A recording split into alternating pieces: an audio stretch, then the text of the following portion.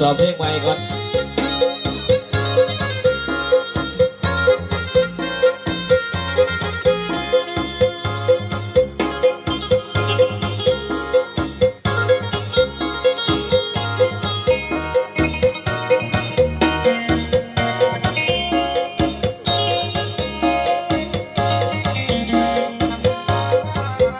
จบลง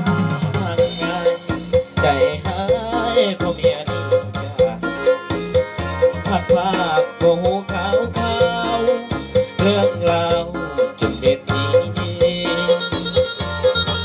จะว่าเงินคำนั่นตีสำคัญเหลือเกินความหักเจ้าอยู่ที่เงินพอมีเงินเจ้าเมินไปไกลอยู่บ่ได้อยู่ไปก็ทนลำบากเจ้าตัดสินใจนี้ก็ทุกข์ก็ยากเจ้าจากไปไกลถ้าอยู่นำกันอายนั้นเป็นคำบ่มีเจ้าว่าบ่สมศักดิ์ศรีเพราะอายนี้เป็นเพียงคนจนบ่ได้สอนใจน้อง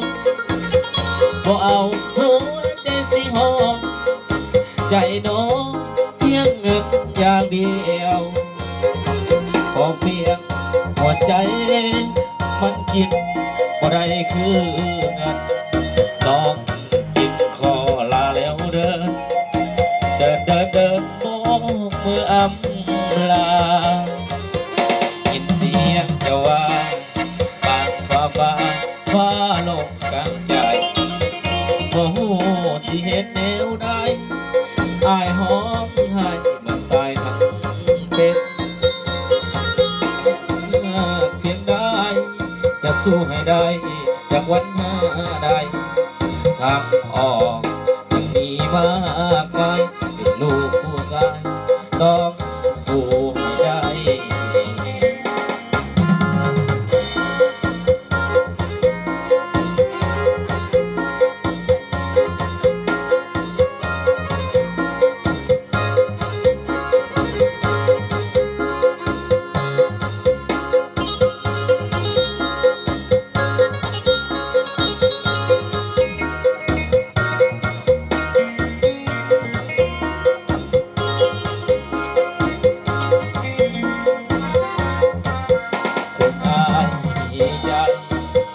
บ่ได้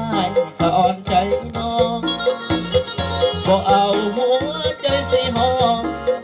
ใจน้องเพียงเงินอย่างเดียวบ่เพียงหัวใจมันกินบ่ได้คือเงินน้องจึงขอลาแล้วเดินโบกมืออำลายินเสียงเจ้าว่าฟ้าลงกลางใจบ่ฮู้สิเฮ็ดแนวใดอายหอมให้เกิดตายทั้งเป็น